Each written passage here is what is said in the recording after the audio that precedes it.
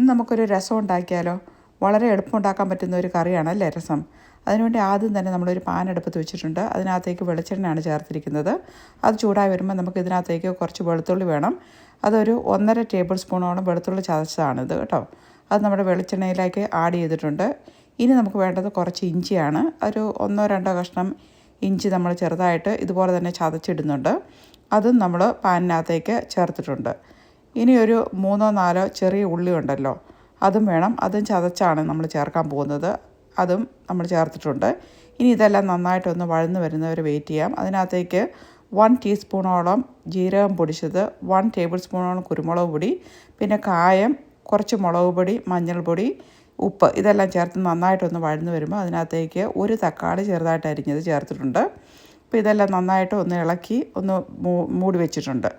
അത് വേവുന്ന സമയത്ത് നമുക്ക് കുറച്ച് വാളംപുളി ഉണ്ടല്ലോ, അത് ഇതുപോലെ ചൂടുവെള്ളത്തിനകത്ത് ഇട്ട് വെച്ചേക്കാം. അതിൻ്റെ ആ പുളിയൊക്കെ ഒന്ന് ഇളകി വരാനായിട്ട് അത് ഹെൽപ്പ് ചെയ്യും. അപ്പോൾ നമ്മൾ പുളിയുടെ വെള്ളം കൂടി ഇതിനകത്തേക്ക് ചേർത്തിട്ടുണ്ട്. തക്കാളി നന്നായിട്ട് വഴന്ന് വന്നതിന് ശേഷമാണ് അത് ചേർത്തിരിക്കുന്നത്. പിന്നെ ആവശ്യത്തിനുള്ള വെള്ളവും കൂടി ഒഴിച്ചിട്ടുണ്ട്. ഇനി ഉപ്പ് ആവശ്യമാണെങ്കിൽ നമുക്ക് ഈ സമയത്ത് ചേർക്കാം. ഇനി ഇതൊന്ന് തിളച്ച് വരുന്നവരെ വെയിറ്റ് ചെയ്യാം. ഇപ്പോൾ ഇതെല്ലാം നന്നായിട്ട് തിളച്ചിട്ടുണ്ട്. അതിനകത്തേക്ക് കുറച്ച് മല്ലിയിലയാണ് ഞാൻ ചേർത്തിരിക്കുന്നത്. അതോടെ ചേർത്ത് കഴിഞ്ഞാൽ നമുക്ക് ഇത് ഓഫ് ചെയ്യാം. ഇനി ഇതിനകത്തേക്ക് കടുക് പൊട്ടിച്ചിടാം. അതിനുവേണ്ടി വെളിച്ചെണ്ണ ചൂടായി വരുമ്പോൾ അതിനകത്തേക്ക് കടുക് ഇടുക. കടുക് പൊട്ടി വരുമ്പോൾ വറ്റൻമുളകും കറിവേപ്പിലയും കൂടി ചേർത്ത് നമ്മൾ ഉണ്ടാക്കി വെച്ചിരുന്ന രസത്തിനകത്തേക്ക് ചേർത്തിട്ടുണ്ട്. ഇത്രയേ ഉള്ളൂ കേട്ടോ. ഇനി നമുക്കിവിടെ കുറച്ച് ചോറെടുക്കാം. അതിനകത്തേക്ക് നമ്മൾ നേരത്തെ ഉണ്ടാക്കി വെച്ചിരുന്ന രസം ഒഴിക്കുന്നുണ്ട്. കുറച്ച് കൂടുതൽ ഒഴിച്ചാലും നല്ലതാണ് അല്ലേ. അപ്പോൾ രസം ഒഴിച്ചിട്ടുണ്ട്. അതിൻ്റെ കൂടെ നമ്മളിവിടെ എടുത്തിരിക്കുന്നത് മഷ്റൂം തോരനാണ്.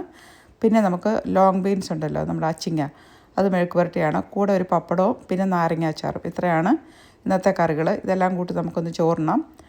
നല്ലൊരു കോമ്പിനേഷനാണ്. പ്രത്യേകിച്ചും നോയമ്പൊക്കെ നോക്കുന്നവർക്ക് കഴിക്കാൻ പറ്റിയ ഒരു കോമ്പിനേഷനാണിത്. ട്രൈ ചെയ്ത് നോക്കിയിട്ട് അഭിപ്രായം പറയണം കേട്ടോ.